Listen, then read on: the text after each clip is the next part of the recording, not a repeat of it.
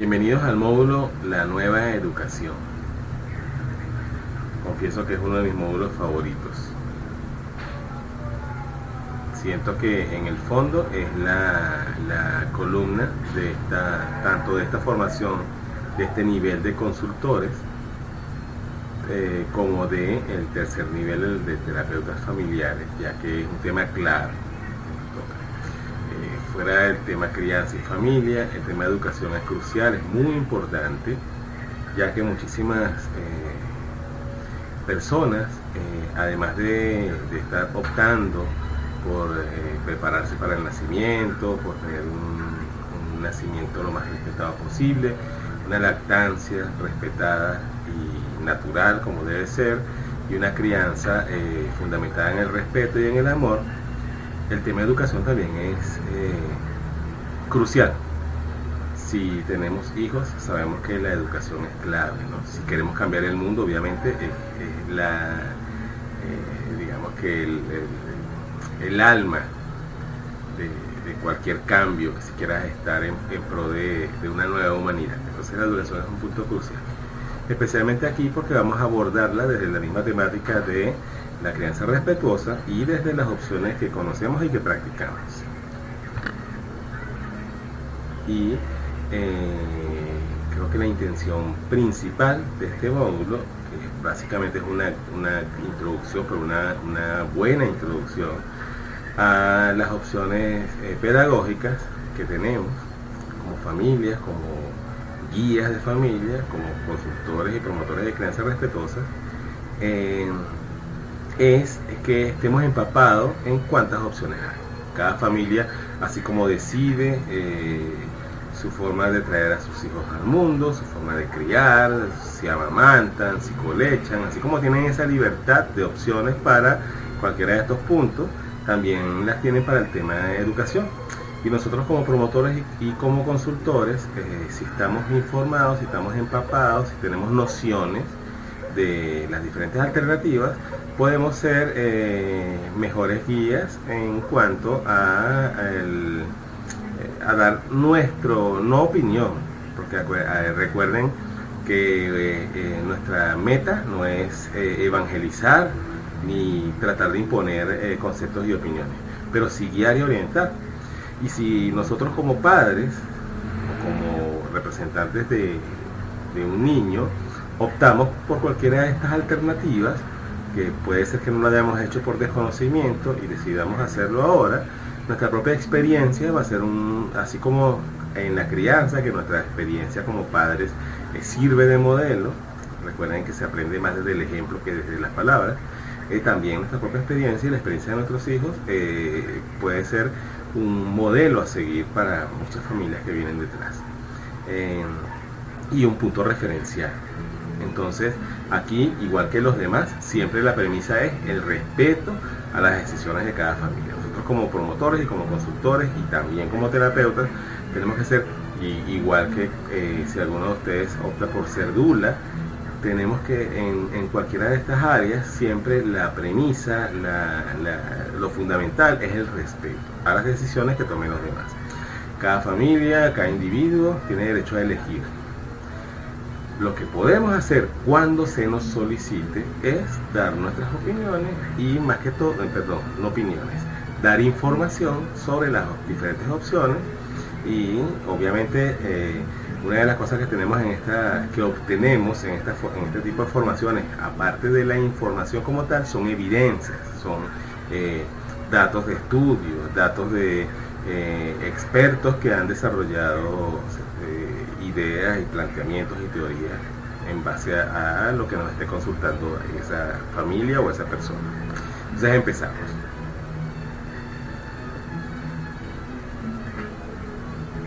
Educación, que viene del latín educere, sacar, extraer, o educare, que significa formar o instruir.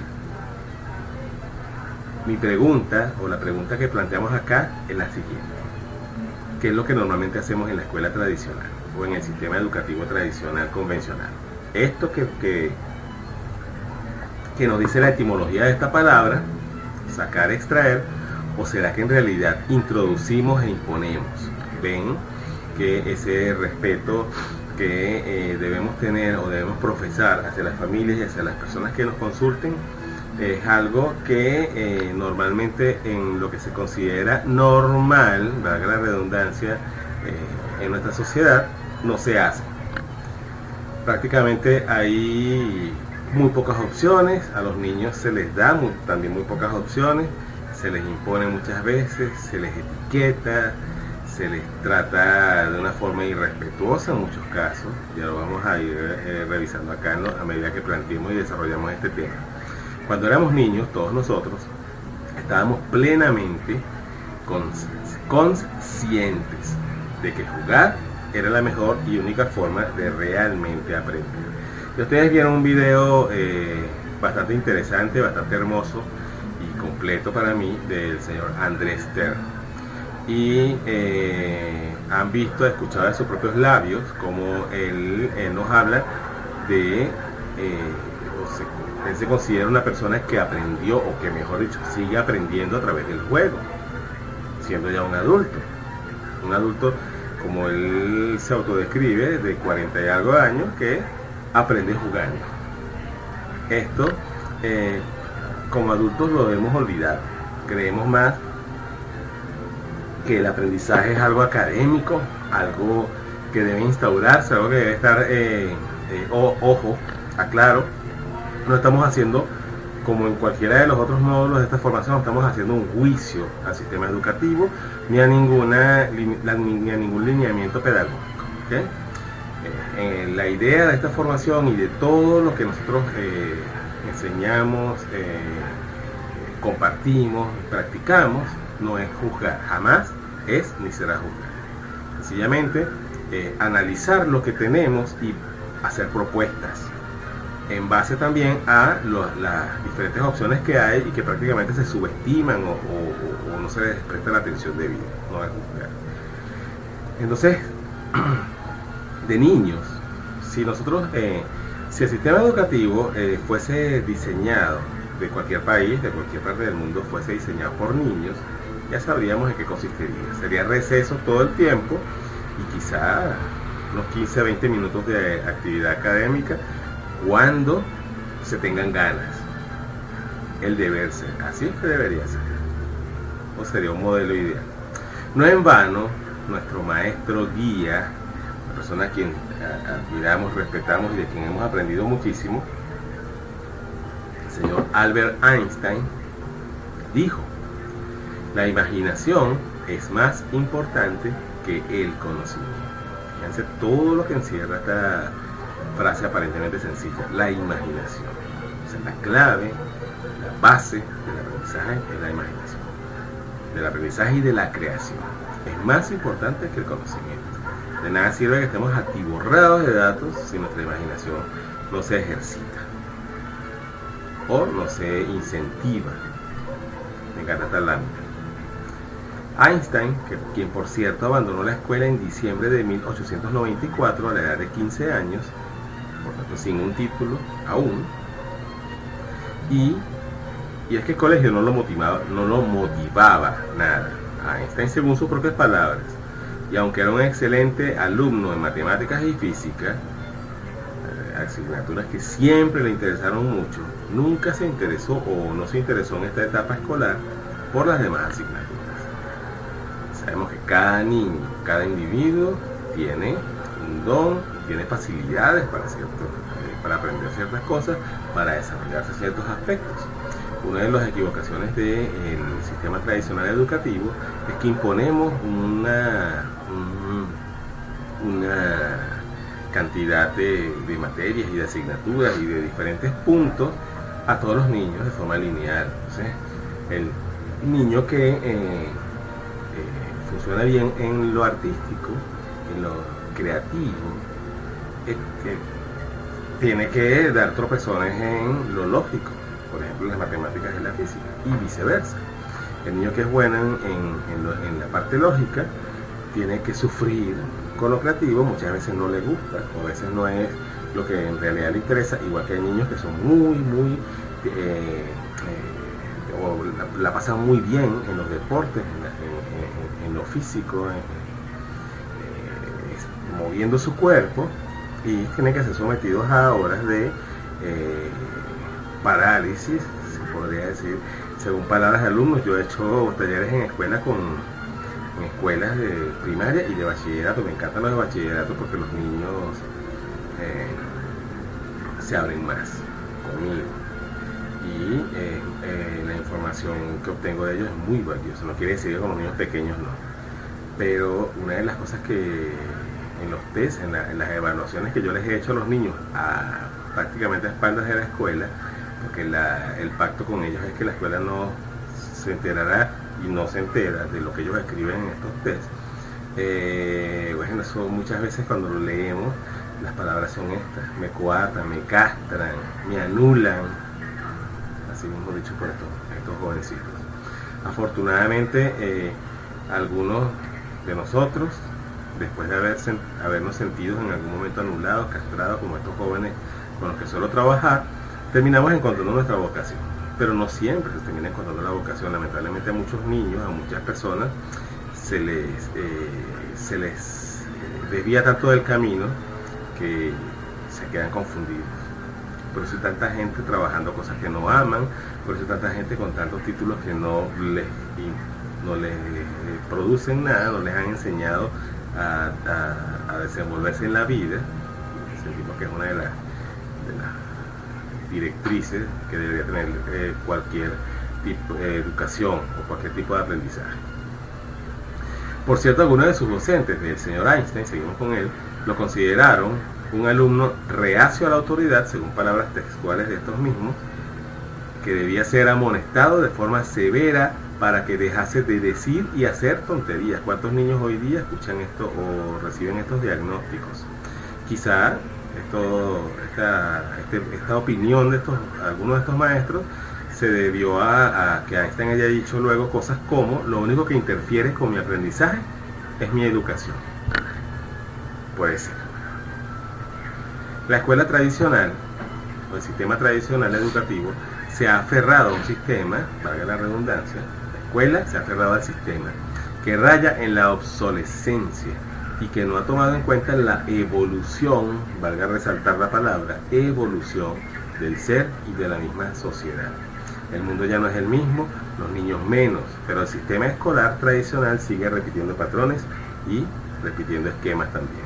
¿Ven? Esto es lo acostumbrado: niños en fila, sentados de forma lineal, uno tras otro, mirando la espalda del que está adelante, sin poder voltear, recibiendo una evaluación donde lo que se está tomando en cuenta no es su conocimiento,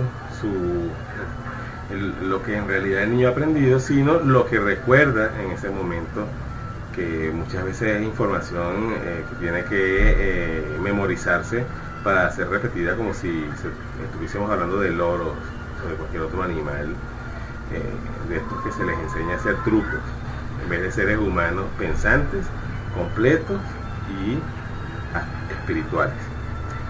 A veces, en algunos casos, se moldea y flexibiliza, también se integran algunas cosas, se modifican otras, pero la estructura del sistema como tal sigue siendo en el fondo la misma, varía muy poco.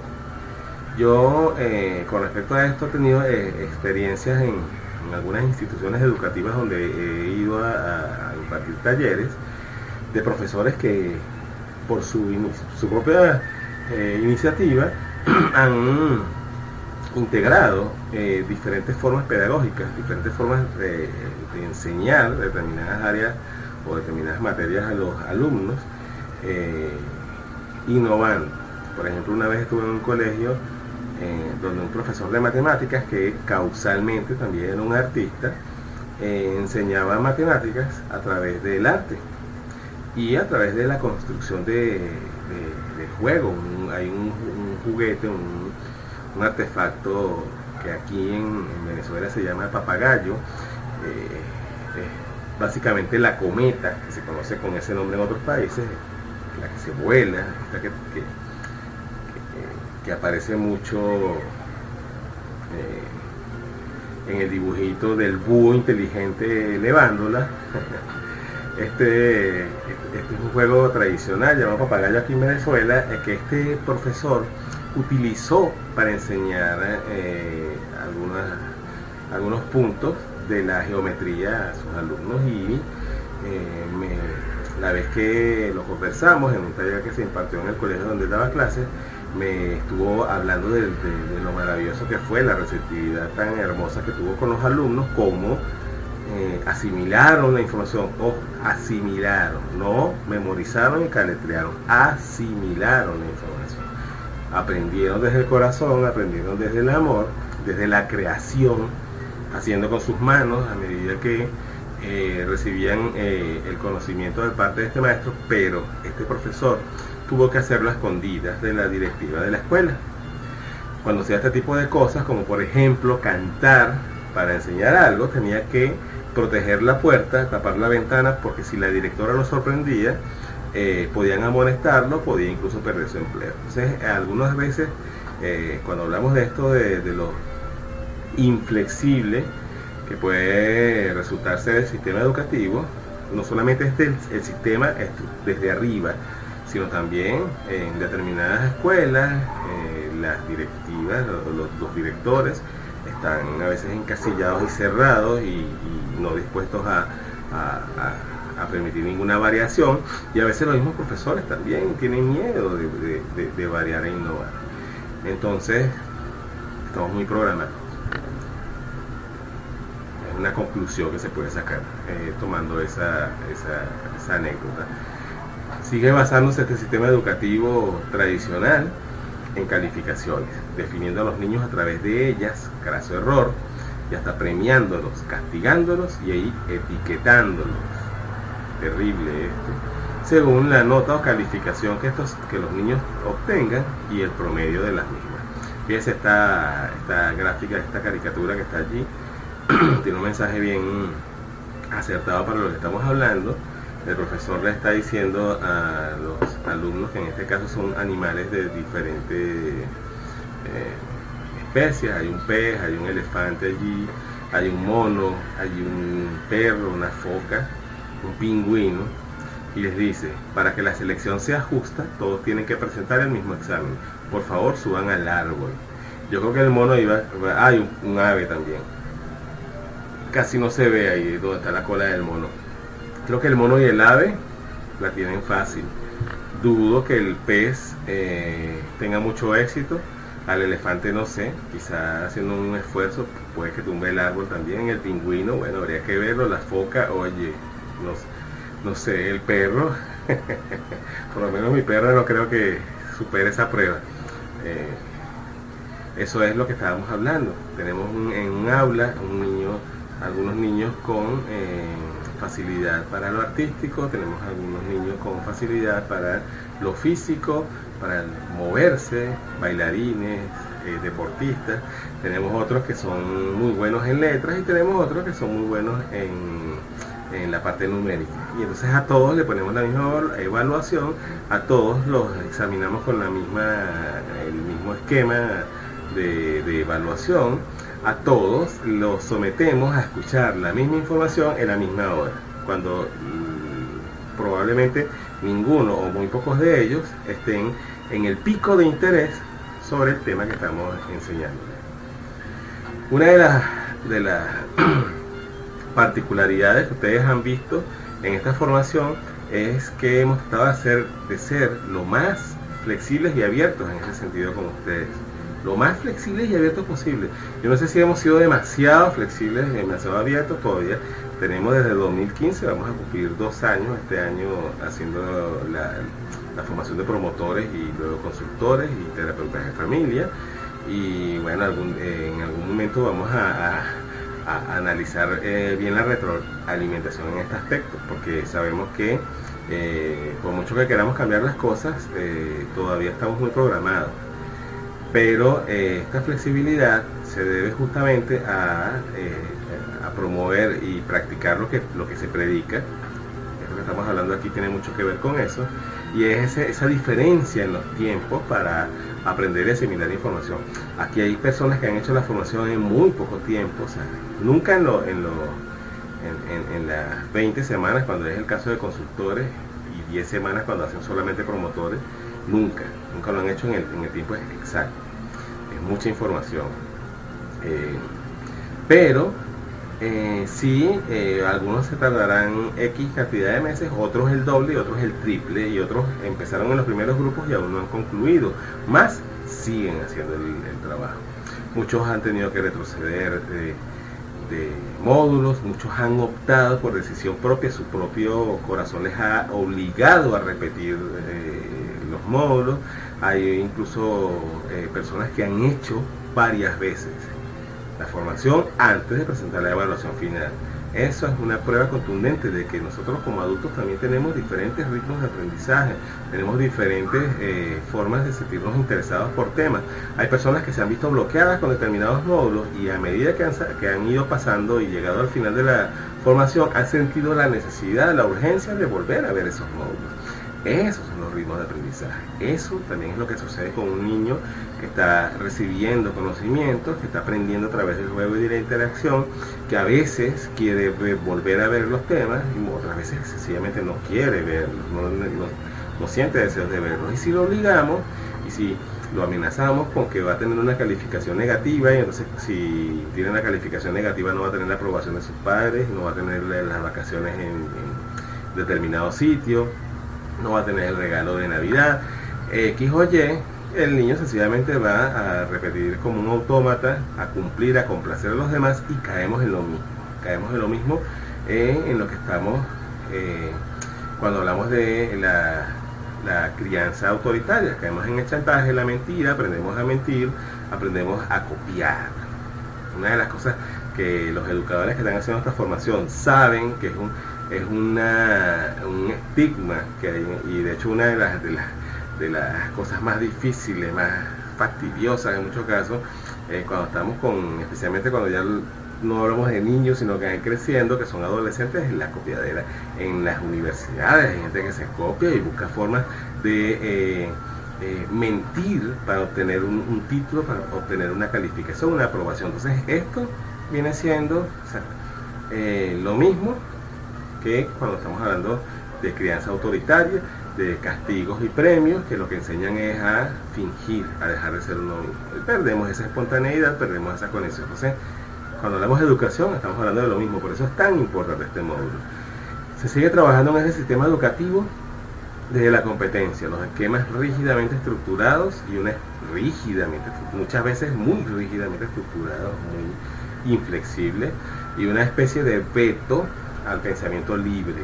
Los niños llegan con sus propias ideas, esto en vez de ser valorado, de ser aplaudido y aprobado, es censurado en muchos casos. Hay niños que son odiados por sus maestros, odiados por los directores de una escuela, por ser creativos, por discernir con respecto a lo que se les dice, por no quedarse con lo que se les dice, por cuestionar todo, como veíamos en el caso de Einstein. Los Einstein, no todos llegamos a ser Einstein en el nivel de ser el científico con estos aportes increíbles que al final, después que él muere y revisan su cerebro, lo tienen para estudiarlo, se dan cuenta que es un cerebro común y corriente.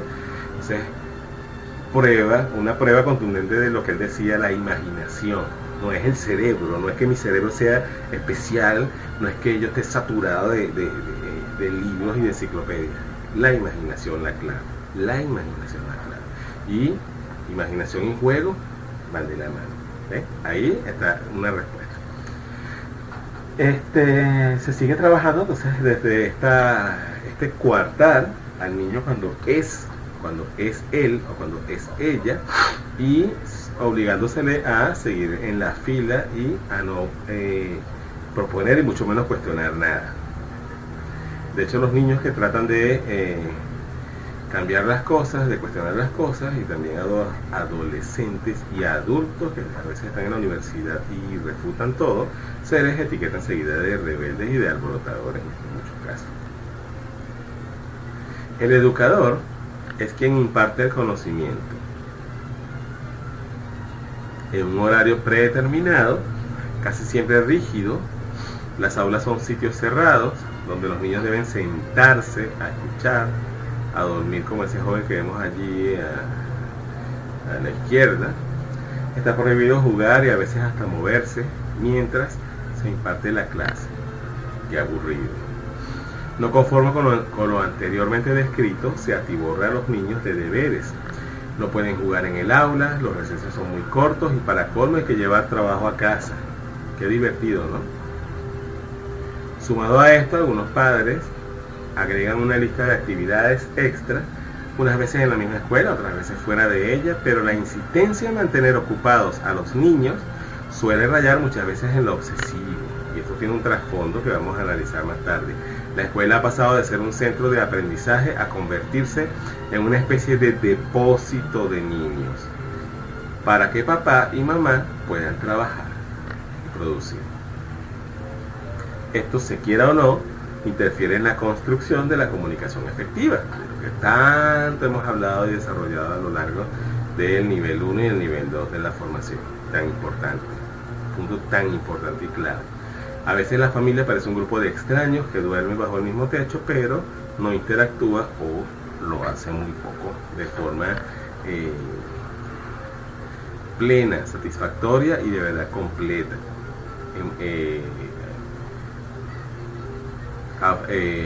No desconectada de lo emocional. A mediano o largo plazo esto termina repercutiendo en la sociedad y en la forma en que ella, la sociedad, se intercomunica e interactúa entre sí, los miembros de ella. Solemos culpar solo de esto a los medios de comunicación y a la tecnología, pero parecemos indolentes ante esta realidad antifamilia de la escolarización convencional. El mito de la socialización temprana y la escolarización. Ustedes, si son padres y madres, ya saben que es muy común que opinólogos de turno, opinólogos, opinólogas, calificados o no, certificados o no, doctorados o no, y profesionales,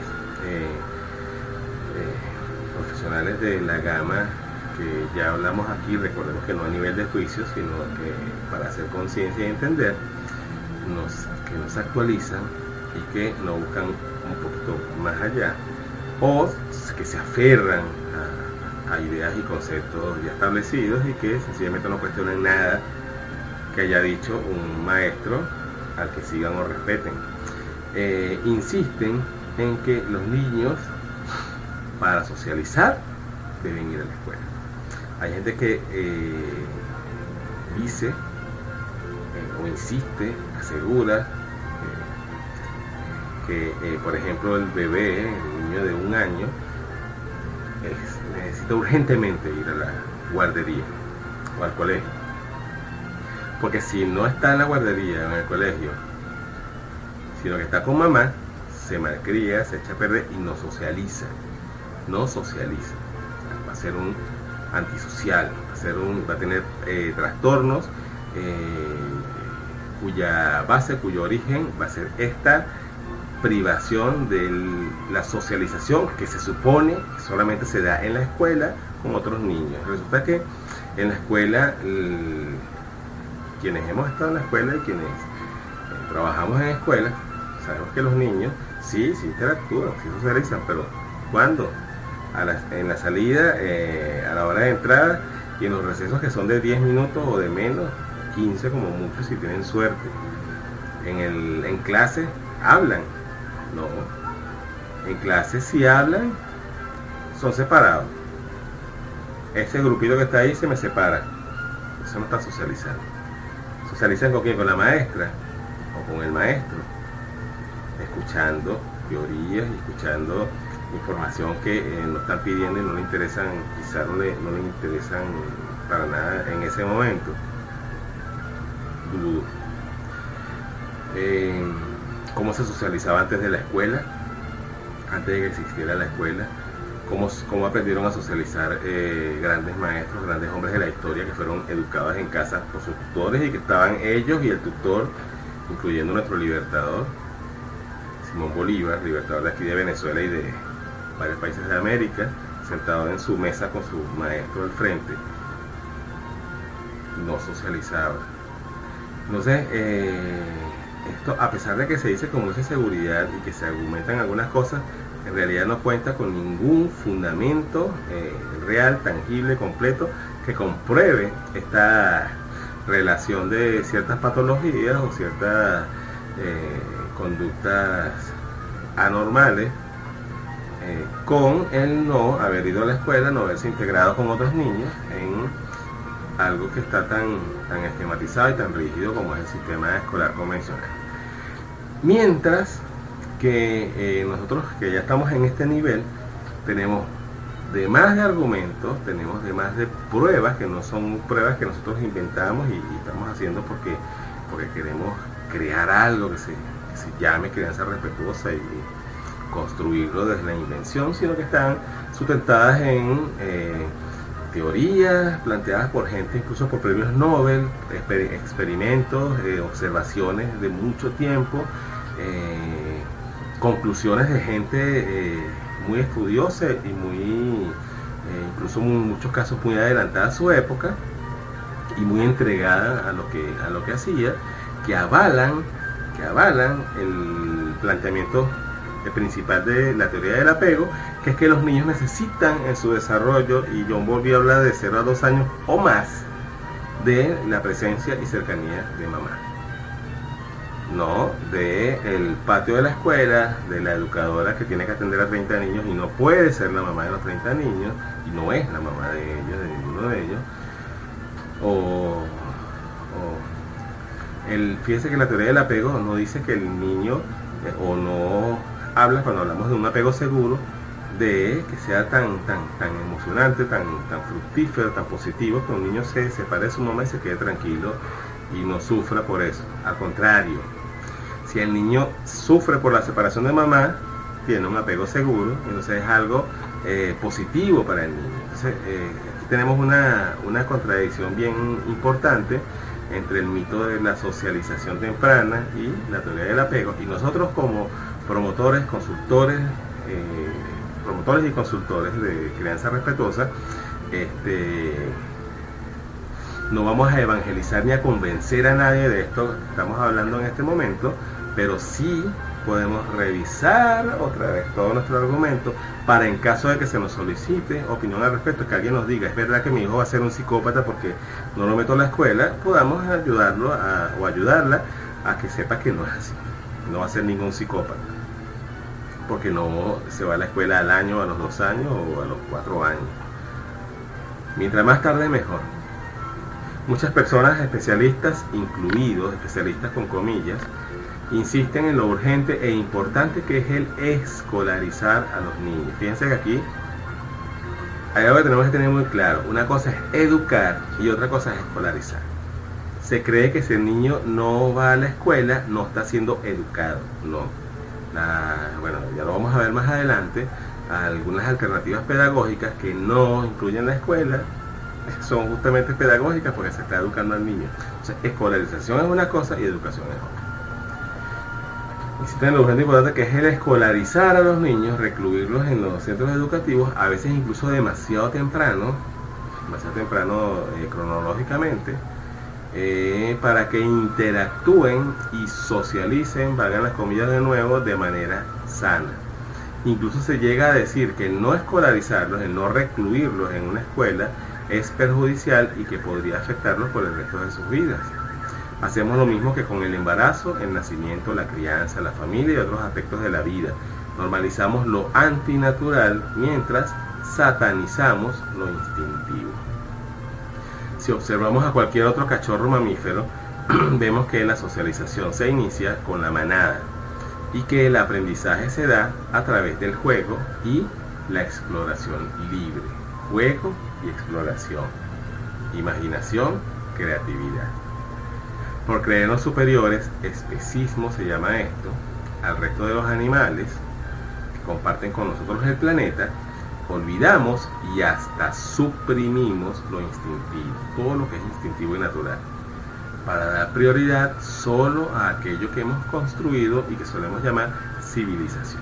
Insisto, no estamos juzgando ni estamos invitando a retroceder, a volver a las cavernas y a obviar todo lo que tenga que ver con civilización y progreso. El progreso tiene muchas formas de verse, muchas ópticas diferentes de verse. Lo que invitamos acá a modo informativo y a modo de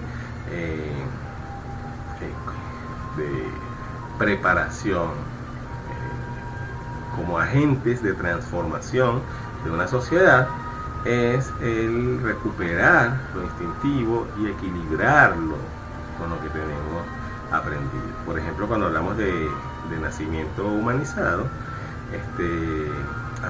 una de las cosas que siempre hemos tenido como premisa es la urgencia del equilibrio entre lo que se ha progresado en la medicina y lo que se ha obviado de lo instintivo. Si tenemos las dos cosas en armonía, logramos cosas hermosísimas, logramos partos maravillosos, niños naciendo dentro de lo instintivo, dentro de lo natural, pero protegido ese acto de nacimiento por un avance, unos conocimientos y una capacidad de atender cualquier emergencia que se presente. Entonces, las cosas en armonía.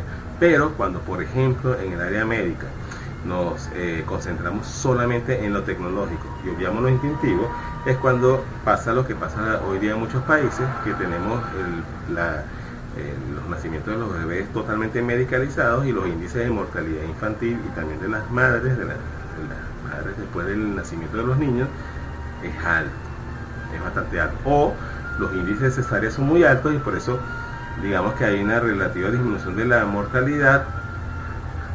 Eso es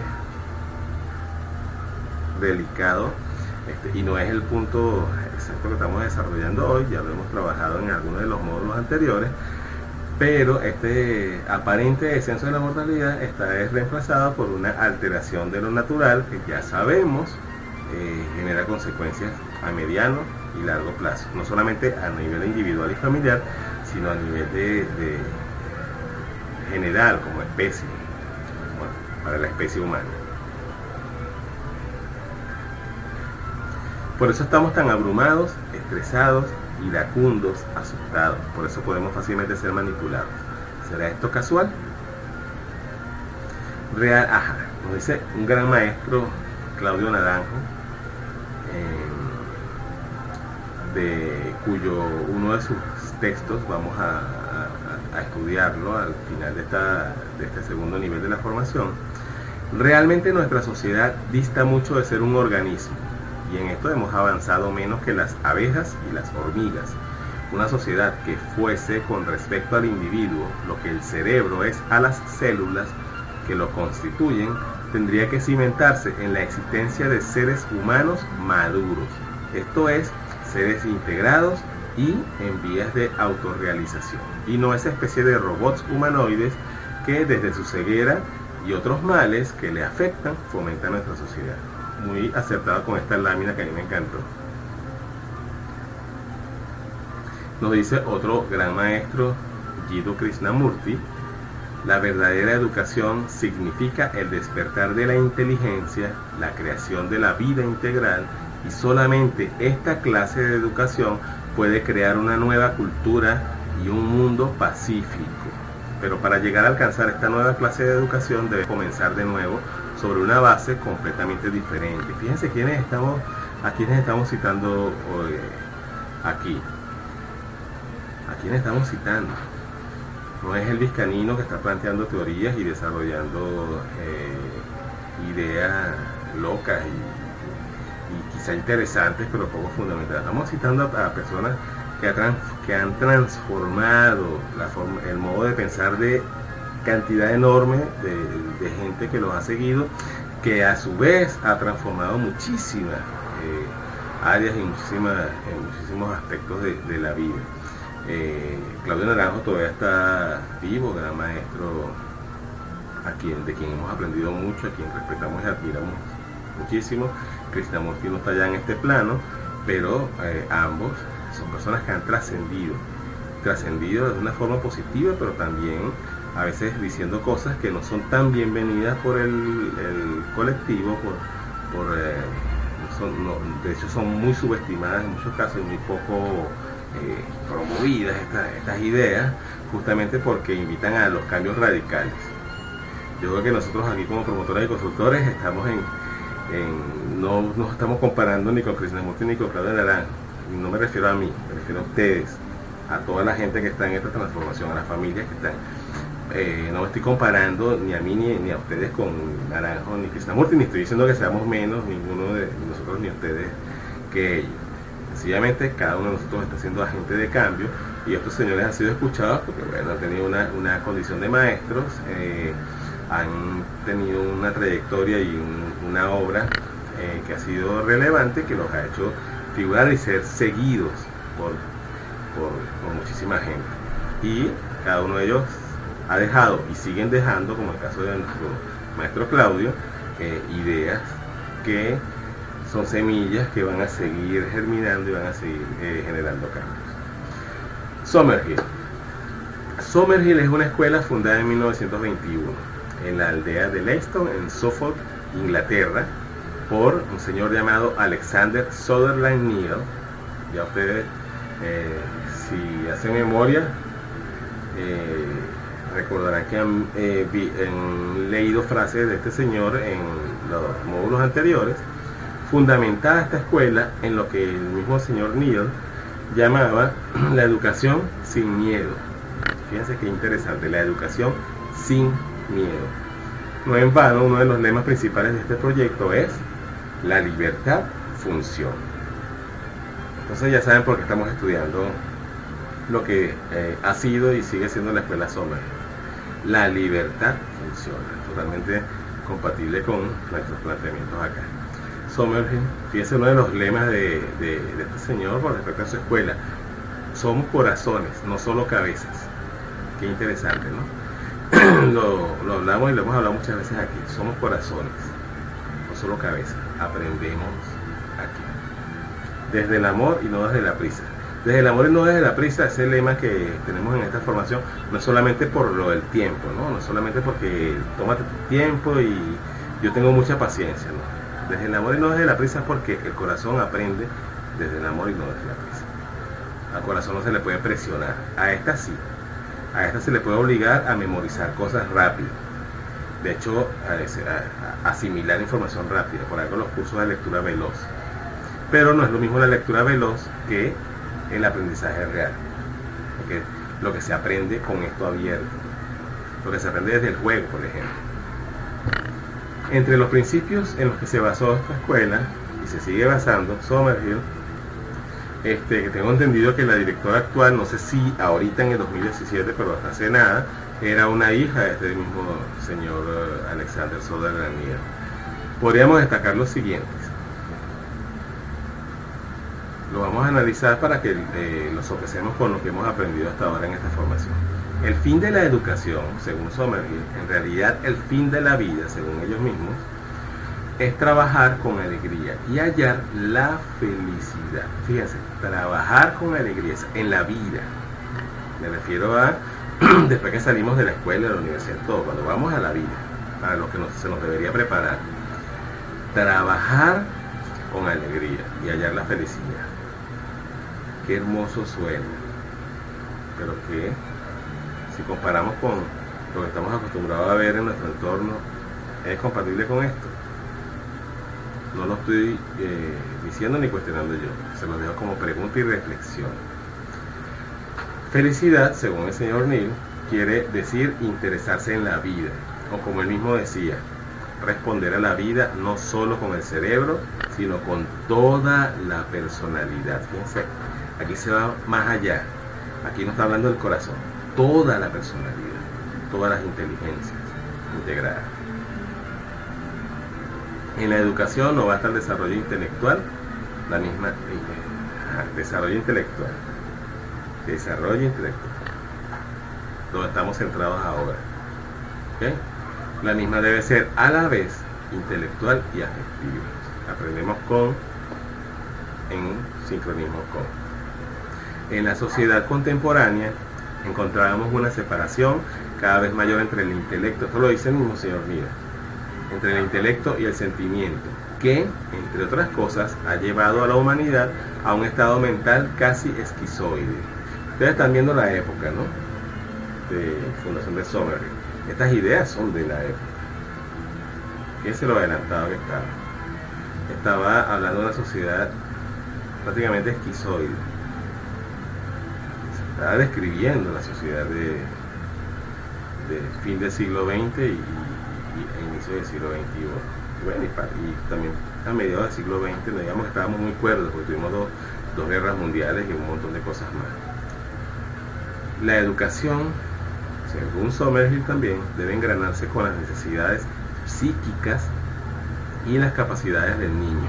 El niño no es altruista. Sigo citando a Somerville, a Alexander Sutherland Neill. Es un error esperar del niño algo que no puede mostrar el niño, sino de un modo hipócrita, o sea, enseñarnos a fingir. Todo muy parecido a lo que hemos venido trabajando y desarrollando en esta formación. El altruismo se desarrolla después de la infancia. Eso es Neill opinando o planteando los puntos claves. La disciplina dogmáticamente impuesta y los castigos producen temor. Fíjense la época. Es muy importante que tomen en cuenta la época de la que estamos hablando. Y el temor produce hostilidad. Esta hostilidad puede no ser consciente y franca, es la hostilidad en el niño, producida por el temor que viene a raíz de los castigos. Esta hostilidad puede ser consciente y franca, puede no ser consciente y franca, pero no obstante paraliza el esfuerzo y la autenticidad del sentimiento. Castración. La disciplina excesiva impuesta a los niños es dañina e impide un sano desarrollo psíquico. Disciplina excesiva. Aquí tenemos, digamos que hemos planteado una postura con respecto al término disciplina, que tampoco es ningún juicio a la disciplina como tal, sino como hemos tratado o hemos hecho a lo largo de esta formación y de todo lo que hemos desarrollado como planteamientos, como la crianza con apego Venezuela, es reconstruir estos términos y también a veces modificarlos, porque la palabra es muy importante. Ya nosotros, y lo hemos hablado muchas veces, lo hemos puesto como ejemplo, pero lo repito, insisto, porque las cosas a veces hay que repetirlas cuando son claves,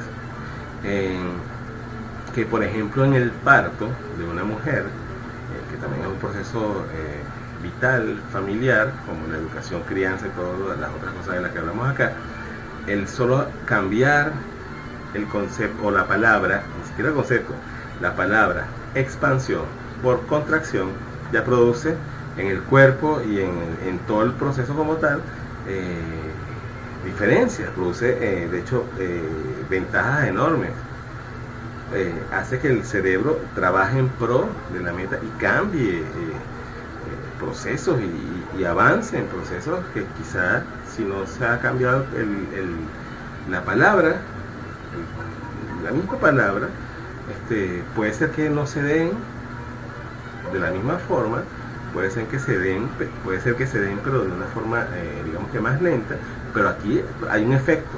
Entonces la palabra es clave, por eso es que estos términos siempre lo que invitamos es a revisar y a veces a replantearnos, ¿okay? Y no estamos atacando ni haciendo ningún juicio.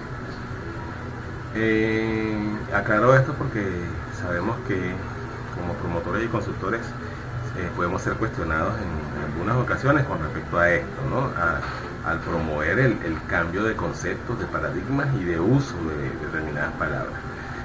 Ya sabemos que la palabra disciplina ha sido disfrazada de muchas formas para enseñar cosas que tienen mucho que ver con el conductismo y con el autoritarismo un poquito más sutil, pero que siempre al final termina respetando al niño, y por eso es que nosotros no es que nos vamos a convertir en soldados contra quien haga esto, sino que siempre vamos a ser agentes de invitación a la reflexión y a la conciencia.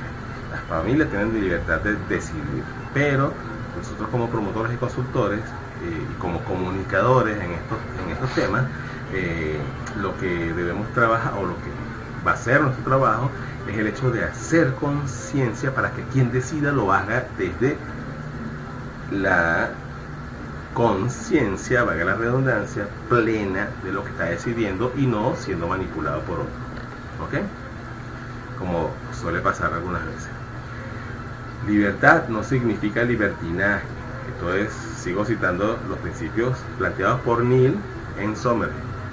Este principio tan importante que Neil subraya significa que el respeto entre los individuos debe ser recíproco, bidireccional, como hemos venido planteando aquí nosotros también.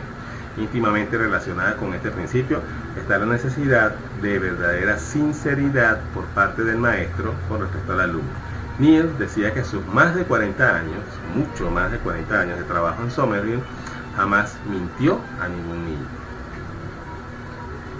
Yo me atrevo a creerle. La función primordial de los sentimientos de culpa, seguimos citando a Neil y a Somerville, a los principios de Somerville. La función primordial de los sentimientos de culpabilidad es vincular al niño con la autoridad. Los sentimientos de culpabilidad son un obstáculo para la independencia. Inician un ciclo que oscila constantemente entre la rebelión, el arrepentimiento, la sumisión y otra vez la rebelión. Fíjense, es una espiral, una rueda de hámster que no termina. Rebelión, arrepentimiento, sumisión, rebelión, arrepentimiento, sumisión, rebelión, arrepentimiento, sumisión. ¿Se les parece a algo? A mí sí. Todos los sentimientos de culpabilidad inculcados engendran miedo, y el miedo engendra hostilidad e hipocresía. Aprendemos a fingir. Planteamiento que siempre hemos venido haciendo desde el respeto acá en lo que hemos desarrollado. Aprendemos a fingir, aprendemos a no ser auténticos, y después de adultos tenemos que buscar a alguien que nos ayude a recordar. Ustedes y yo estamos, digamos que permitiéndonos cambiar la forma y los paradigmas de ver las cosas, y que nos hemos permitido aprender de nuestros niños, nuestros hijos, alumnos, sobrinos, esos niños, esos grandes maestros, y sabemos que es así.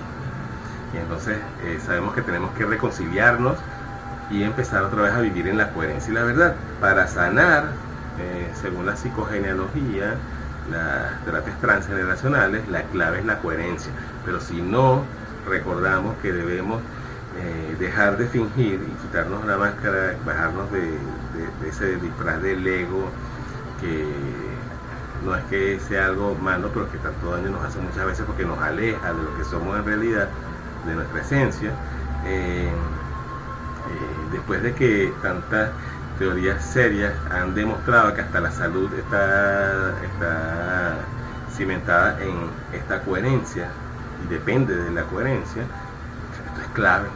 Entonces no esperemos a que nuestros niños tengan que crecer para biodecodificarse o hacer terapia transgeneracional o hacerse renacimientos y constelaciones familiares, a menos que lo quieran hacer porque sí, pero no que dependan de eso para reencontrarse, ser sinceros, sino que tomemos en cuenta estos principios que nos enseña Somerville, entre otros, que vamos a ver ahora, para que nosotros nos vayamos transformando. No es que vamos de una vez a irnos a Somerville, ojalá pudiéramos todos irnos a Inglaterra para estudiar allá, que nuestros niños estudian allá en Somerville, sino es usar lo que nos resuene de estos principios para empezar a construir algo. Si los niños van a un sistema escolar convencional que sabemos que no va a cambiar de un día a otro, tengamos estas premisas para que nosotros sepamos o decidamos cuáles son nuestras verdaderas prioridades con respecto a la educación de nuestros hijos, que no es cualquier cosa, no es cualquier inversión.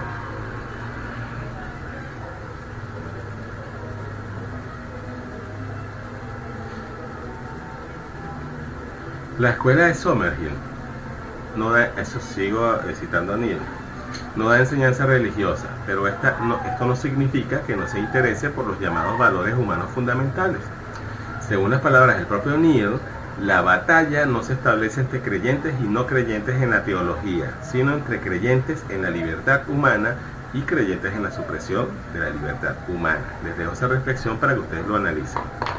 No estamos haciendo ningún juicio a las enseñanzas teológicas, sencillamente describiendo los planteamientos del señor Neil como fundamentos de Somerville como escuela.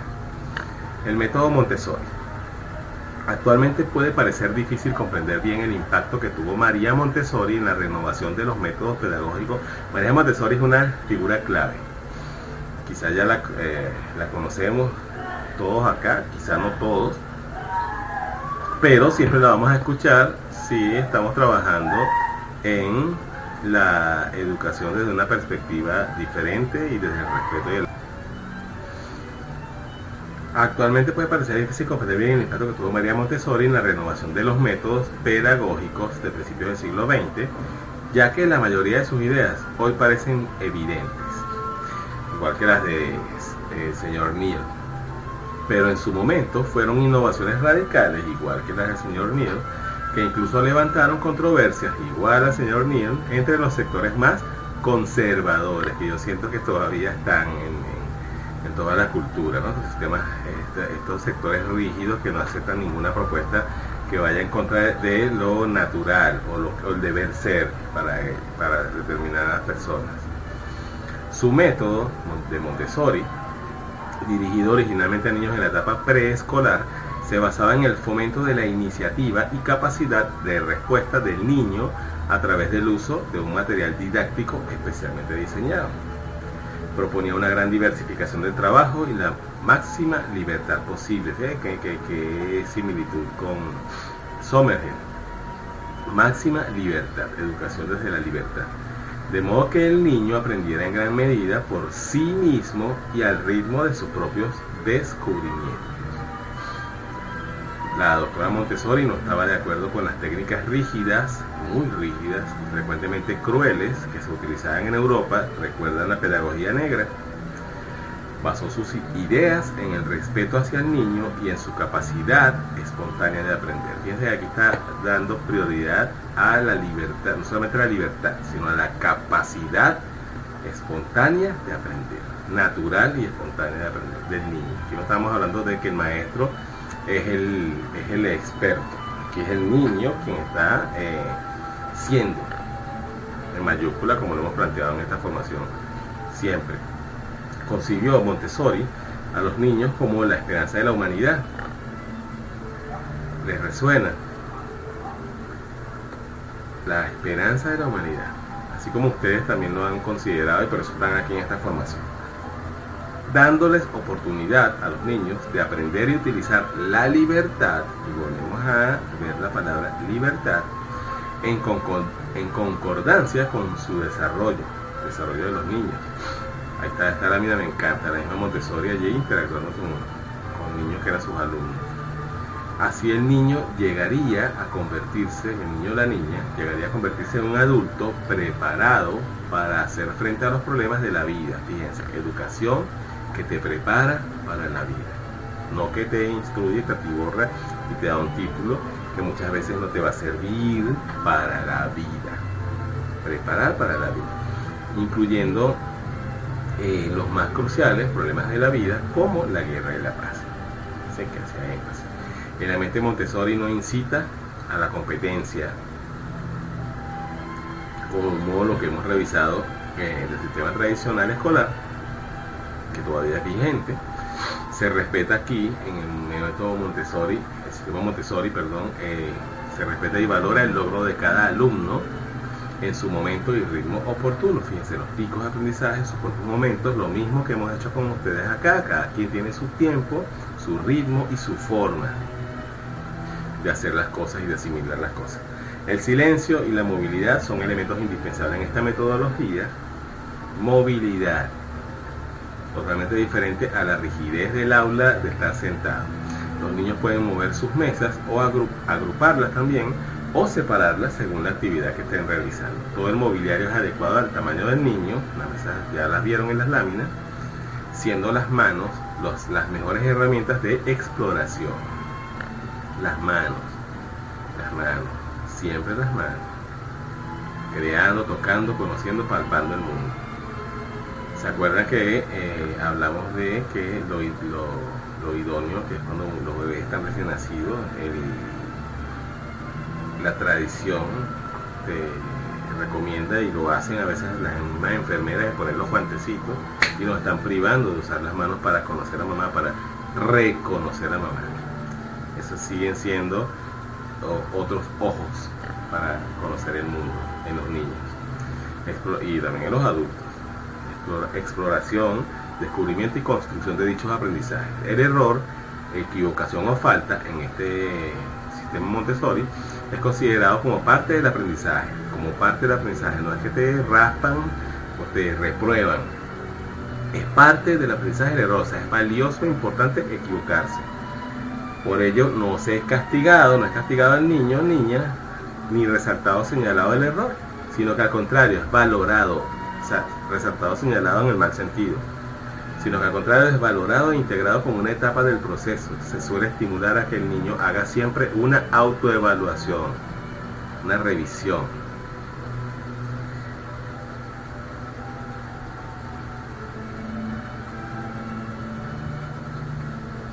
Pedagogía Waldorf. Seguimos indagando en las opciones pedagógicas existentes. Este señor que está aquí, Rudolf Steiner, crea lo que se llama la antroposofía.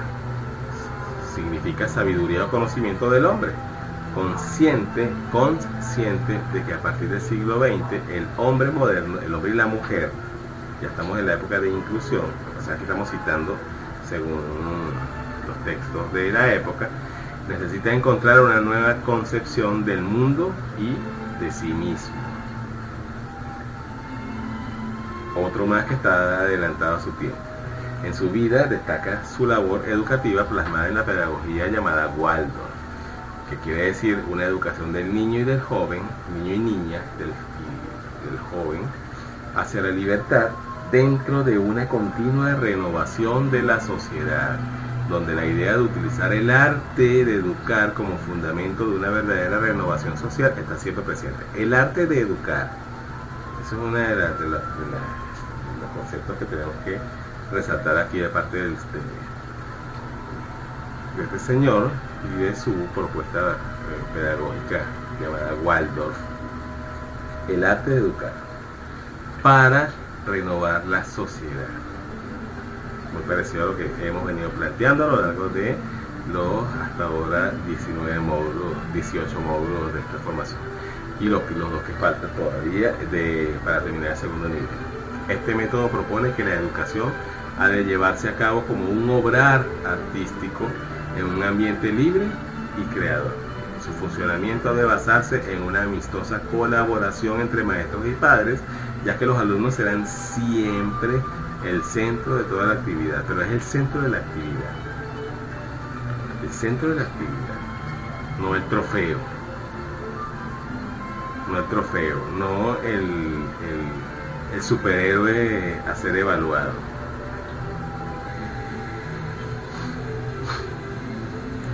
Homeschooling, otra de las alternativas pedagógicas. El término homeschooling básicamente se refiere al proceso en el cual uno o varios niños de no más de 2 familias son instruidos por los padres, tutores legales o un miembro de una de las familias. Fíjense, aquí hablamos de padres, tutores legales en el caso de adopción o un miembro de una de estas familias cuando son más de una familia. Por eso es que se llama homeschooling, porque ya no es la institución educativa, el centro donde se está aprendiendo, el sitio de aprendizaje, sino la misma casa. Y el tutor o tutores, miembros de la misma familia. Por lo que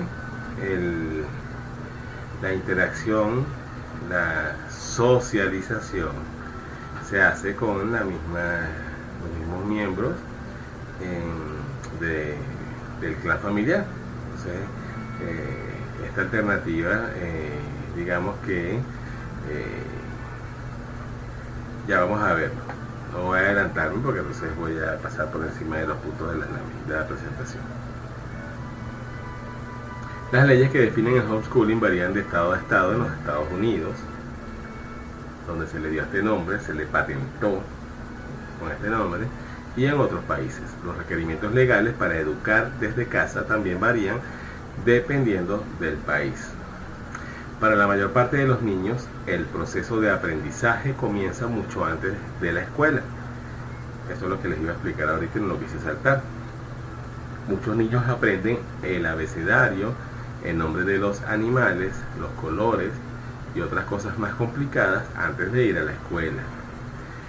Esto debido al trabajo dedicado de algún miembro, alguno o algunos miembros de la familia que han invertido tiempo para enseñar o guiar al niño. Enseñar, pongámosle allí unas comillas o un resaltar, porque si tomamos en cuenta la etimología de la palabra educare, que vimos al principio de esta presentación, que es extraer. O sea, en este caso vamos a ver enseñar cómo extraer, no cómo imponer conocimientos. Por eso le puse o guiar al niño. El homeschooling es solo una extensión de esto mismo que ya viene gestándose en casa desde antes de ser escolarizados los niños, cuando se respetan sus tiempos y no caemos en la premura de escolarizarlos antes de tiempo por la razón que sea, promoviendo una progresión natural del aprendizaje. Recuerden que aquí no estamos haciendo una apología al homeschooling o un planteamiento de que es lo mejor y lo único y que recomendamos. Sencillamente estamos estudiándolo como una opción pedagógica, porque vamos a encontrar en el camino, o muchos de nosotros vamos a optar por alguna de estas o una combinación de varias, según lo que nos guste y nos resuene de cada una de las opciones que existen. En vez de enviar a los niños a una escuela pública o privada, algunas familias, esto es siguiendo con el homeschooling, algunas familias hacen su propio plan de estudio y enseñan a sus hijos de forma personalizada y de acuerdo a las aptitudes de cada estudiante. Fíjense que rescatando un poco de lo que decía Montessori, un poco de lo que decía el señor Neil en Summerhill y un poco de la pedagogía Waldorf del señor Steiner, como planteamientos, como premisa siempre está el respeto a las aptitudes del estudiante, a las inclinaciones que tiene el niño y al interés que tiene el niño en determinados temas o determinadas áreas. Esto se parece a lo que se trabaja en el homeschooling, cuando se hace tomando en cuenta cualquiera de estas pedagogías o sencillamente tomando en cuenta el interés del niño como guía. Aptitudes de cada niño que aprenda lo que quiere en el tiempo que quiera, de la forma que quiere, o de la forma que nosotros como tutores y guías vemos que la información de verdad está pasando a través de él, a través de aquí, en equilibrio o siendo el principal receptor antes de acá. Diferente a lo convencional, donde se impacta o se invade acá y se obvia o se ignora esto acá. Por eso tanto problema y tanta dificultad a mediano o largo plazo. Antes de decidir educar en casa, sí hay que tener en cuenta algunos puntos importantes, considerarlos. Primero que nada, se recomienda, si se puede, si está al alcance de la familia que lo vaya a hacer, esto lo debemos saber porque vamos a tener familias interesadas en algunas opciones educativas, pedagógicas, incluyendo esta, conversar con otras familias que ya lo hagan.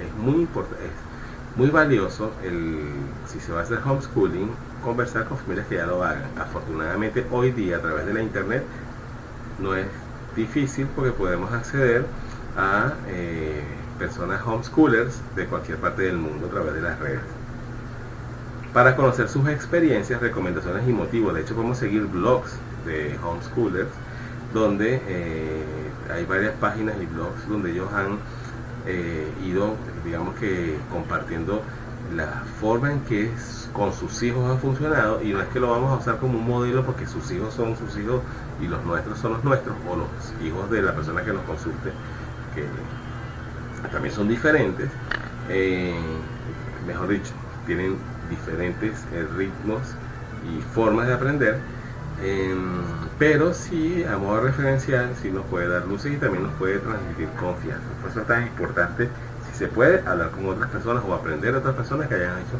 homeschooling, también a acceder a textos sobre el homeschooling.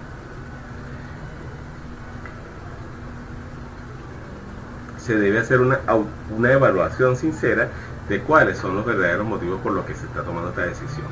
Algunas veces las personas tienen, digamos que razones que no son tan poderosas o en realidad no están tan comprometidos con ellas, y por eso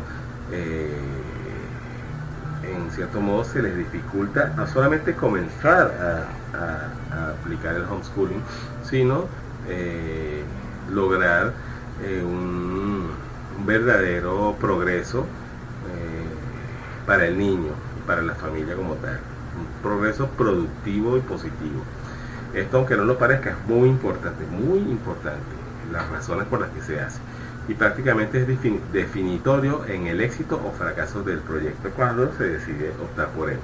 Recordemos que es nada más y nada menos que el futuro de nuestros niños lo que está en juego. Se necesita que alguno de los padres, o ambos, esté en casa a tiempo completo para dirigir el proceso de educación. Dirigir o guiar sería la mejor forma de decirlo. Esto puede impactar la economía de la familia, sobre todo si los dos padres solían trabajar, en el caso que sea uno solo que se dedique a guiar el homeschooling.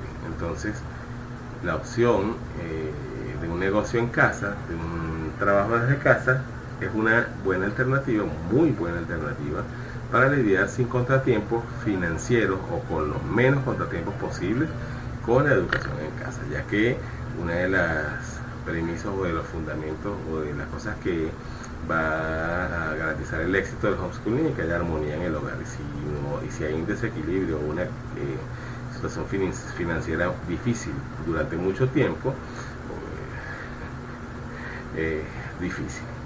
Hay casos, les puedo contar yo también muchas historias, yo les podemos contar muchas historias de sopesar situaciones difíciles y seguir, pero de verdad que hay que tener mucho amor para lograrlo, y no siempre se dispone para lograr algo tan cuesta arriba como trascender a pesar de las situaciones externas, empezando cuando es la situación financiera, que de verdad que tiene mucho que ver con la paz interna y con la armonía familiar. O es relevante, muy importante para que la paz esté presente. La siguiente cuestión a resolver cuando hablamos de homeschooling como decisión, como opción, mejor dicho, es esta pregunta que es muy importante hacerse o hacerle a la persona. ¿Está usted de verdad, o estoy yo, en el caso que me la esté haciendo, en el caso de yo mismo, calificado para dar clase a sus niños? Fíjense lo que dice, lo que respondemos acá. Enseñar es una continuación de su propio proceso de aprendizaje, por lo que esto no debería representar ningún problema. Y tomando en cuenta que gracias a la internet la información está al alcance de todos y todas, y en abundancia, según lo que se busque, obviamente, también existen libros y muchos otros recursos para aquellos interesados en homeschooling. Hay muchas guías, blogs, videos, conferencias en YouTube, entrevistas en YouTube. Hay diversas alternativas, solo hay que escoger el método que más satisfaga sus necesidades. La persona que está buscando una opción pedagógica ayuda mucho si ya ha descubierto una opción pedagógica, en este caso el homeschooling, y ayuda mucho si ya se ha descubierto cuál es el tipo de aprendizaje que tienen los niños por los que estamos tomando la decisión. También conviene averiguar lo que siente el niño con respecto a tener la escuela en la casa y explicarles, en caso de que sea necesario, el por qué se ha escogido este sistema. Porque los niños van a preguntar y van a indagar, y también su entorno muchas veces a ellos les va a preguntar o los va a cuestionar. Ellos es importante que tengan claro el por qué se está haciendo la educación de esta manera, en caso de que se haga de esta manera. Los niños deben tener la misma convicción de los padres para sacar el máximo provecho al homeschooling. La escuela en casa añade una gran responsabilidad y trabajo arduo.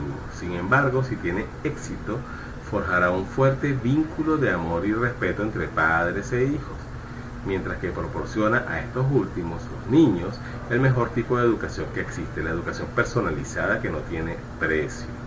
Ser educado de forma personal, según tus propios procesos, según tus propios ritmos, según tus propios intereses y según tus dones, no tiene precio. Es la mejor educación que se puede recibir. Homeschooling. Fíjense que si el homeschooling a veces es poco conocido, el homeschooling mucho más. ¿Qué diferencia tiene el homeschooling con el homeschooling? Ya lo vamos a ver. Pero la educación en el hogar seguimos con la lámina, no tiene un único método, como estábamos hablando anteriormente, que se llama homeschooling, sino que también hay una posibilidad, una opción llamada unschooling, que significa literalmente no escolarización. Realmente el camino que se sigue es el de la libertad de aprendizaje. Libertad de aprendizaje nos recuerda al señor Neil y nos recuerda mucho a Montessori. Los padres o uno de ellos están presentes en el unschooling, ayudando al niño o niña a encontrar la información que requiere según sus propios intereses. Aquí es mucho más abierto que el homeschooling, porque unschooling no está usando un programa aferrado al Ministerio de Educación o a la entidad que rige la educación en el país donde se efectúa, sino que el unschooling es totalmente independiente de los sistemas y esquemas de las universidades, perdón, del sistema educativo como tal. Haciendo guías en el proceso, aquí se parece al homeschooling, respondiendo a sus preguntas, ofreciendo recursos educativos según el niño lo solicite y respetando que los deje de lado cuando así lo considere. Ven, aquí hay más flexibilidad porque no se está cumpliendo con el programa oficial, sino que se respeta tanto al niño, que si el niño decide no seguir con determinado punto del programa o de lo que se ha establecido como programa, sencillamente se obvia. Entonces es un poco más libre que el homeschooling, que muchas veces, por ejemplo, países como Estados Unidos, donde tiene que evaluarse cada tanto tiempo, si tiene que estar más aferrado o más apegado al programa que dicte el sistema como tal. O sea, la diferencia es que lo haces en la casa, pero te aferras al programa. En el homeschooling, no. Hablando y ofreciendo nuevas experiencias con los niños y nuevos temas en los que el niño o niña puede o no querer profundizar. Saltamos un poquito. El aprendizaje tiende a ser más intenso en el homeschooling, más vivencial, más significativo. Se aprovecha que el niño tiene verdadero interés en aprender sobre el tema a tratar, porque es quien está pidiendo aprender sobre el mismo. Los conocimientos llegan poco a poco, demandados por ellos mismos, a medida que van aprendiendo cosas nuevas y guiados por sus propios intereses, totalmente libre de lo que es el esquema y la imposición de puntos, términos, materia y cualquier otro tipo de lineamiento. El unschooling, como método de enfocar el aprendizaje, está basado en las teorías de John Holt, un educador norteamericano del siglo XX, que escribió un libro llamado Teach Your Own, enseña por ti mismo, que a su vez este libro pone las bases teóricas de algo que parece que nuestro sistema educativo ha olvidado, y hablamos aquí de cualquier sistema educativo de cualquier parte del mundo, que los niños realmente desean aprender y que ese deseo es demolido por los métodos dirigistas. Cuando hablamos de sistema educativo convencional, hablamos de métodos, en muchos casos, dirigistas, que imponen un lineamiento, proponen imponiendo un lineamiento, y esto es por lo que muchos niños sencillamente están aburridos. Hoy día tenemos un incremento, ya vimos el módulo de los niños de hoy, y eso nos da una mejor comprensión del porqué de diagnósticos de hiperactividad y déficit de atención, que muchas veces están fundamentados estos diagnósticos en el desinterés de los niños, en el caso, más que todo en el caso de cuando es el déficit de atención, en el desinterés de los niños en la escuela, porque están sencillamente aburridos. Y también en el caso de la hiperactividad, donde los niños supuestamente no se pueden estar quietos por problemas de una patología mal llamada hiperactividad, síndrome de hiperactividad, y resulta que el niño lo que está es aburrido y necesita moverse porque también tiene mucha energía y sencillamente no puede estar allí sentado viendo algo que es tan sencillo como que no le interesa.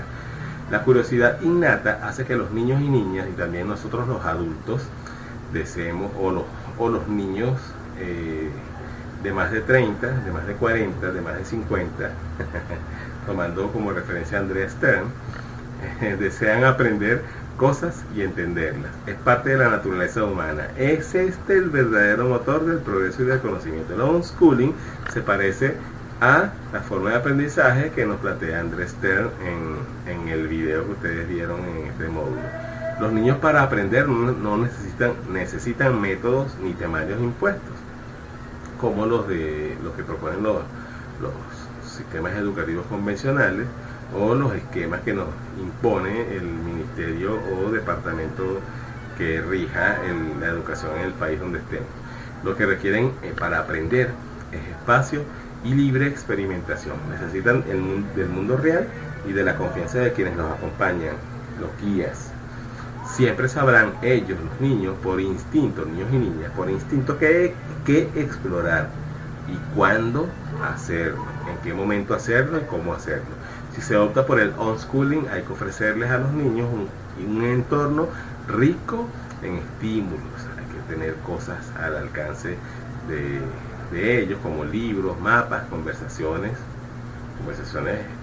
promovidas por nosotros, sus guías, documentales para ver, juegos, rompecabezas, son maravillosos.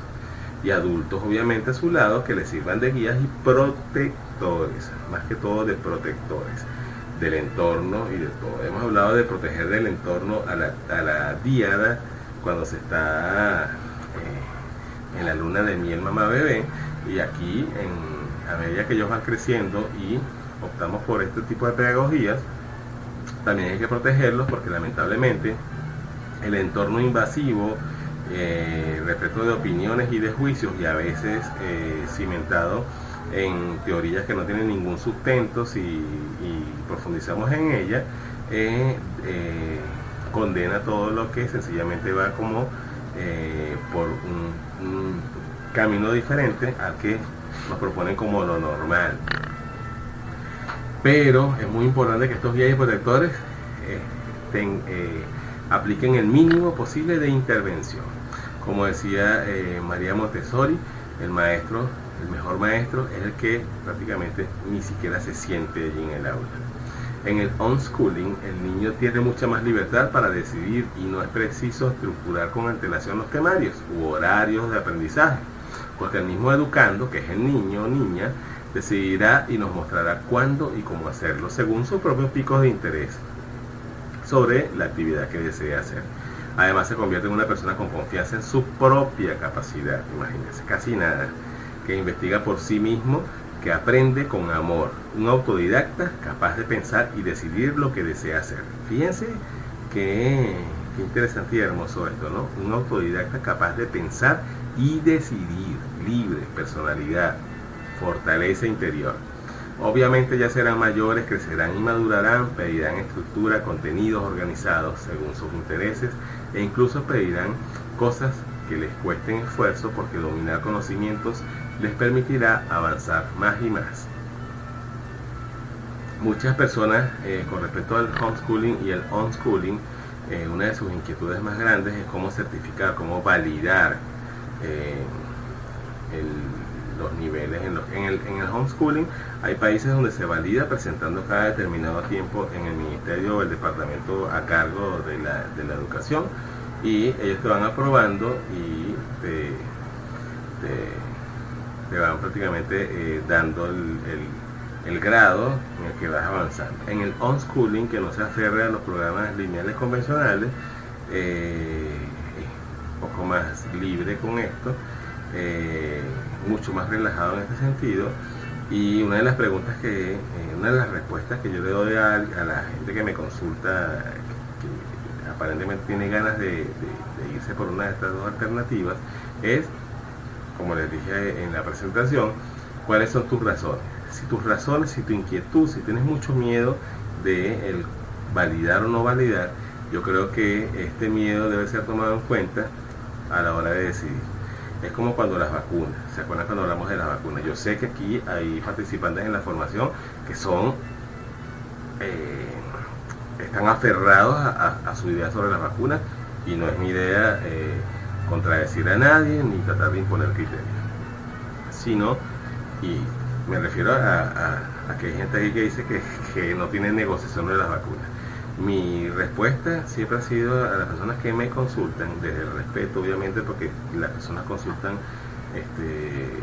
a veces pidiendo inconscientemente que uno le imponga su criterio, y yo me cuido mucho de no hacerlo, es, te da miedo. Si te da miedo, mejor vacuna. Lo mismo pasa con el unschooling y con homeschooling. Si tienes mucho miedo de no poder validar, mejor vete por lo convencional. Y trata de no ser tan exigente con las calificaciones, no etiquetar nunca a tus niños por lo que digan los educadores, fortalecer su mundo interno para que ni los otros niños tengan poder sobre ellos en cuanto a opiniones y mucho menos el bullying. Recuerden que una de las formas más poderosas de prevenir el bullying es fortalecer y alimentar el mundo interior de nuestros niños para que ni sean acosadores ni sean víctimas del acoso. Los niños, cuando son muy fuertes emocionalmente, los niños y los adultos, cuando somos muy fuertes, tenemos muy bien construido nuestro mundo interno, es muy difícil que caigamos en el juego de ser víctimas de los demás. Es muy difícil. Es una especie de autoridad, de fortaleza que ellos van a emanar, que ellos van a tener y aplicar, que siempre obviamente hay entornos muy tóxicos, pero en el mejor de los casos puede haber excepciones, pero igualmente en las situaciones difíciles todos los seres humanos dependemos de cómo estemos en cuanto a nuestro mundo emocional. Entonces esa es la mejor vacuna para el bullying. Igual con esto de educar en casa o no, el miedo o esa inseguridad o ese deseo de nada más saber cómo validar la educación puede ser un reflejo de esa necesidad inconsciente programada de tener como prioridad los títulos. Y recuerden que si le prestaron atención a la entrevista que le hacen a Andrea Stern, una de las cosas más hermosas que dice él, y que yo comparto totalmente porque nosotros somos practicantes con nuestra hija del unschooling, es que para nosotros la prioridad no son los títulos ni la validación, es su propio crecimiento, su propio desarrollo, y que ella sea feliz y sea ella. Hay universidades como Harvard y Yale, entre otras, pero Harvard y Yale, que son universidades, ustedes las tienen que haber oído nombrar, que tienen unos cupos especiales para alumnos que vienen de educación en casa, bien sea homeschooling o unschooling. Entonces, ya por allí, yo creo que eso dice mucho. De todos modos, estoy tratando de ser lo menos, convertir esto en lo menos posible en una opinión que vaya a influir, justamente porque sé lo que es estar con las dudas primarias. Hemos estado allí, todos hemos estado allí, pero también sé por experiencia propia lo que es encontrar esa seguridad, esa certeza de lo que quiero y lo que quiere mi hija, en mi caso, realmente, para que esa sea digamos que la base y el sostén de la decisión que se toma.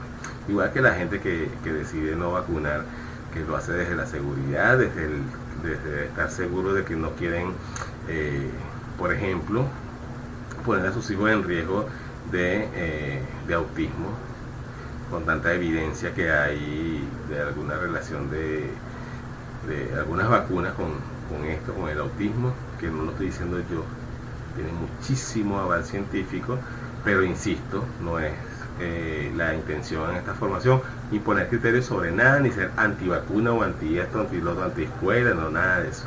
Sencillamente aquí hemos tratado y hemos logrado mostrar muchísimas opciones, incluyendo las opciones tradicionales, desde el amor, siendo sinceros y francos, pero desde el amor, para que nosotros como promotores y consultores y la gente que acuda a nosotros pueda tomar decisiones desde la conciencia y el empoderamiento, el saber. Saber es muy importante, pero saber, no lo olvidemos. La Pedagogía 3000, un proyecto del que me declaro enamorado, un proyecto vigente, actual y en pleno crecimiento, es, según su propia creadora, la señora que ven aquí en la lámina, Noemí Peimal, una sinergia pedagógica, según sus propias palabras, que prioriza al niño de hoy y de mañana. Fíjense que aquí nos estamos yendo más allá todavía, mucho más visionarios. El niño de mañana, 3000. Fíjense hacia dónde apunta, ¿no? Hacia el año 3000, del año 3000 en adelante. Con sus cambios, o sea, muy esperanzadora estos planteamientos. Con sus cambios, sus necesidades específicas y su nueva manera de aprender y ser. O sea, su evolución, la evolución del ser humano. Creo que es el fundamento de estos planteamientos de la pedagogía 3000. La evolución del ser humano y de la sociedad, por ende, ¿no? Del mundo. El proyecto apunta a entender y atender las necesidades de los alumnos y alumnas del tercer milenio, que desde luego son bastante diferentes a las de generaciones anteriores. Evolución.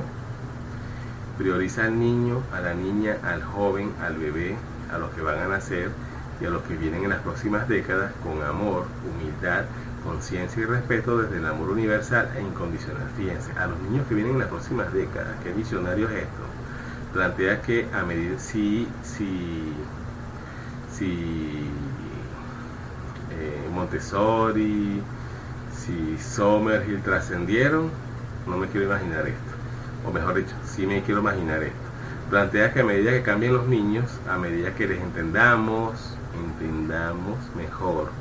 Aquí se parece mucho a lo que hemos venido trabajando, desarrollando a lo largo de toda la formación. Y a medida que se expanda la conciencia, este es un punto clave que también hemos tocado mucho en el segundo nivel de esta formación, expandir la conciencia. Nuestro entendimiento general irá cambiando.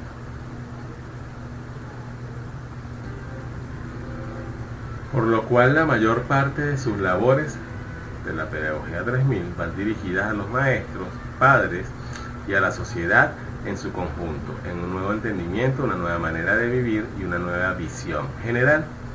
Apunta a la mejora sustancial, esta lámina me encanta, esta foto, del sistema educativo en sus diferentes fases y niveles. Sistema educativo, entonces aquí la pedagogía 3000 nos está hablando de demoler escuelas, sino de reconstruir la escuela. Es un sistema mejorado, sano, acorde con los niños de hoy. O sea, esto es súper, la propuesta es súper evolutiva. Porque aquí se plantea es crear un sistema acorde con los niños de hoy y de mañana. Y de mañana bien mañana. Incluyendo el periodo prenatal. Fíjense qué importante, ¿no? Aquí nos vamos mucho más al origen, lo que hemos hablado y planteado en esta formación. Que no solamente es la crianza, la educación, no solamente es la lactancia, es incluso la fase prenatal, la fase, de hecho, hasta la preparación de los padres para el nacimiento.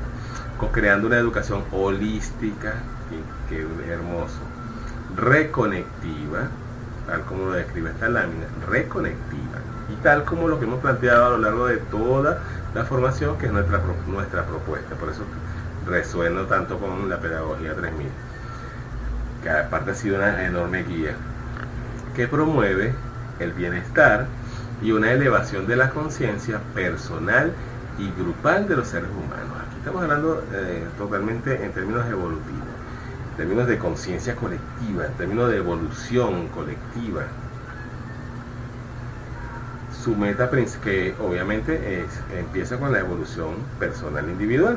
Su meta principal es investigar, aplicar de la pedagogía 3000, seguimos hablando, y promover una educación integral, diseñada en función de las necesidades y características, que es algo que se ha tomado en cuenta poco, se ha subestimado, nuevas de los niños y niñas de hoy y de mañana, y de la misma sociedad. O sea, aquí no solamente son los niños y niñas de hoy, aquí estamos hablando de la sociedad de hoy y de mañana, tomando en cuenta y planteando los nuevos paradigmas del tercer milenio. Fíjense hacia dónde estamos apuntando, hacia el tercer milenio y más allá. Pedagogía 3000 se basa sobre 6 pilares fundamentales. Primero, toma en cuenta y atiende específicamente las nuevas pautas de aprendizaje y de ser de los niños, niñas y jóvenes de hoy. Segundo, Aboga por el desarrollo biointegral y la acción tanto del niño y de la niña como del adulto que lo acompaña. Tercero, se apoya en las inteligencias múltiples, la inteligencia energética y la inteligencia emocional.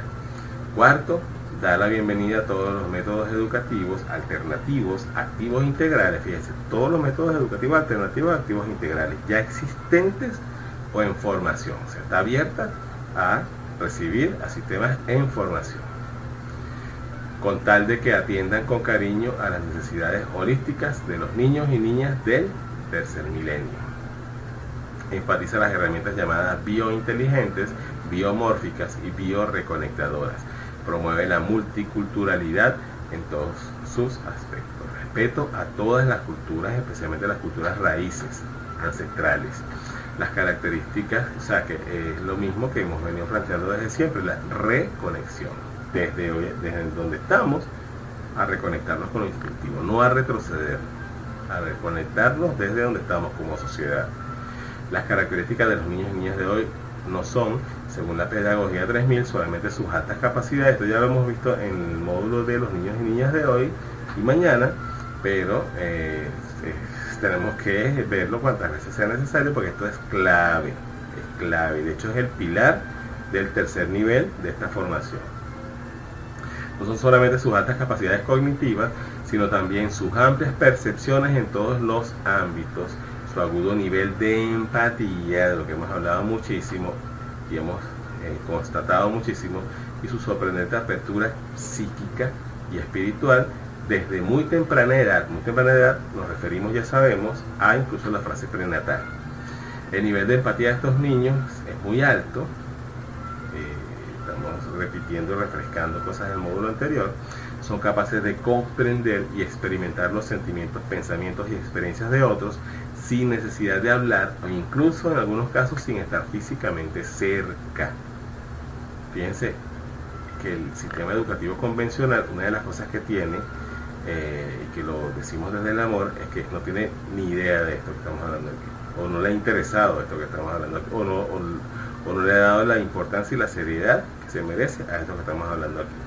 Son niños con facultades multilaterales, es decir, que pueden ver los diferentes aspectos de una misma cosa, y son multidimensionales, por lo que pueden acceder a varios niveles de conciencia. Sus maneras de aprender, según la pedagogía 3000, son autodidactas y autodesarrolladas, es decir, que presentan un perfil de líder autodidacto con alto desarrollo psicoemocional, como lo plantea el doctor Abraham Maslow, psicólogo humanista transpersonal. Tiene mucho que ver con lo que hemos tratado de desarrollar en ustedes, o incentivar o promover en ustedes con respecto a la forma de manejar esta formación. Asociadas a una alta sensibilidad, no es que queramos convertir a nadie en algo, es que queremos incentivar algo a lo que no se le ha dado importancia antes. Queremos prácticamente reconectarnos y reconciliarnos con algo que no nos permitieron en su momento. Aprender de esta manera que estamos aprendiendo ahora aquí en esta formación y en nuestro trabajo pedagógico general. Asociadas a una alta sensibilidad tanto física en sus 5 sentidos y en su metabolismo, como emocional, social, ética y espiritual, holística. Están viendo los términos que usamos acá, que estamos viendo acá en los planteamientos de la pedagogía 3000, ligadas a una inteligencia emocional supradesarrollada, como es descrita por el doctor Daniel Goleman, autor de Inteligencia Emocional. Eso les proporciona velocidad de entendimiento, facultad para actuar de inmediato, sensación de certeza y asimilación holística de los conocimientos. Relacionadas a la utilización, es la forma de aprender de estos niños, según la pedagogía 3000, relacionadas a la utilización extensa de su hemisferio cerebral derecho, creativo, lo que les provee de aprendizaje tipo visual, creatividad, imaginación, gusto por las artes. Fíjense, aquí tocamos mucho con lo que hemos planteado antes. Música, sentimientos, afectividad, intuición, sexto sentido. O sea, fíjense esto, ¿no? O sea, algo que se ignora totalmente en la educación convencional. expresión no verbal, llevar a cabo varias tareas a la vez, independencia, ojo, llevar a cabo varias tareas a la vez no es saturar al niño de actividades, ¿ok? Aquí hablamos de funcionamiento del cerebro. Independencia, persistencia y sin distinción de género. Ya aquí está superado el viejo concepto y prejuicio de que los hombres pueden hacer una sola cosa y las mujeres muchas. Aquí estamos hablando de evolución en el ser humano sin distinción de género. Persistencia entre otras cualidades. En realidad tiene una sincronización natural de ambos hemisferios cerebrales. El hemisferio derecho les provee intuición y creatividad. El hemisferio izquierdo les da una claridad y la estructura para llevar a cabo lo que se proponen, y ambos trabajan de forma equilibrada. Relacionadas a veces la forma de aprender con talentos psíquicos. Aquí nos fuimos mucho más allá y aquí es donde vemos porque esta propuesta trasciende y muchas veces es tomada poco en serio por las personas que se niegan a aperturar su mente a cosas diferentes, nuevas, diferentes. Relacionadas a veces con talentos psíquicos, también llamados parapsíquicos o intuitivos, cosa que se nos enseña a ignorar o vetar o malver, presentando capacidades innatas de clarividencia, telepatía, precognición y otras facultades extrasensoriales de las cuales hemos hablado en módulos anteriores cuando hablamos de los niños de hoy, ligadas a pautas de aprendizaje diversificadas, incluyendo las nuevas inteligencias descritas por los doctores Gardner y Armstrong. Además, utilizan la inteligencia energética o intuitiva. Inteligencia energética o intuitiva. La inteligencia emocional, la inteligencia práctica y la inteligencia co-creadora.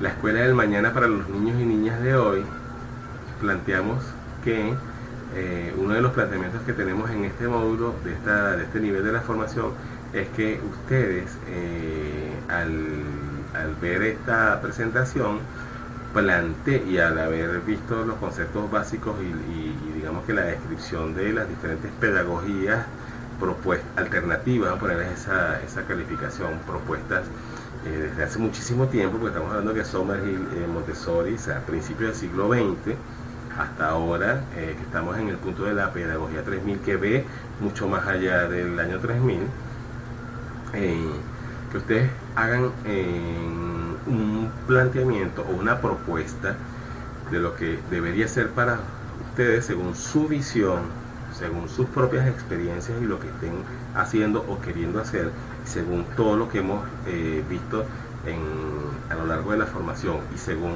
lo que hemos visto en las dos partes de este módulo 8 del segundo nivel y lo que hemos digamos que profundizado un poco aquí como opciones múltiples, y lo que hemos aprendido sobre los niños y niñas de hoy y lo que ya venimos aprendiendo del vínculo de apego y la importancia de la crianza respetuosa y del amor como premisa, una propuesta de cómo sería o cuál sería para ustedes, según sus propias palabras. Esto es una actividad que van a hacer, van a desarrollar una propuesta. No lo hagan tan breve, por favor, sean creativos, permítanse ser creativos, pongan a funcionar esos dos hemisferios, sean lógicos pero también creativos, desarrollen. Si no están acostumbrados a redactar, yo no voy a evaluar aquí si redactamos bien o no redactamos bien. Yo lo que quiero es que ustedes se permitan fluir y proponer sin pena lo que para ustedes sería la escuela ideal del mañana. Esa es la actividad primordial de haber visto esta presentación correspondiente a este módulo. Desarrollar nuestra visión o nuestra propuesta de lo que debe ser la escuela de los niños y niñas de hoy y del mañana, o en pocas palabras, la escuela del mañana. Es precisamente, dice el gran maestro Claudio Naranjo, es precisamente la urgencia de los problemas a los que nos vemos hoy día confrontados como especie. Fíjense que estamos, como habla Claudio, ¿no? Como especie. No está hablando de un país, de una ciudad, especie, la especie humana. Lo que convierte en imperativo y no en un lujo el acometer bajo un nuevo enfoque la tarea educativa. Esto es poderosísimo y se parece mucho a lo que al planteamiento que hace un rato leímos de Krishnamurti, de Jiddu Krishnamurti. Urgente, imperativo y no un lujo esta propuesta, y por eso es tan importante esta actividad que les propuse al final de la presentación. Los dejo con esta hermosa frase y esta foto de mi hija Eva, de nuestra hija Eva, acertadísima para la frase, la idea de Alexander Sutherland Nido, que dice: para que una persona sea feliz necesita primero ser libre para escoger su propio camino. Para que una persona sea feliz necesita primero ser libre para escoger su propio camino. Llévense esta frase y quizá les sirva para arrancar o comenzar el planteamiento que van a desarrollar de lo que sería para ustedes la escuela del mañana, para los niños y niñas de hoy y de mañana. Muchas gracias por haber llegado hasta esta parte de la formación, y ya estamos bien cerca de terminar este segundo nivel. Espero sea de su agrado lo que resta de la formación, y espero que siga llenando de amor cada una de sus vidas, de sus experiencias, y espero sigan disfrutándolo así desde el amor y desde la prisa, como estamos reaprendiendo a hacer las cosas. Un abrazo enorme, se les quiere.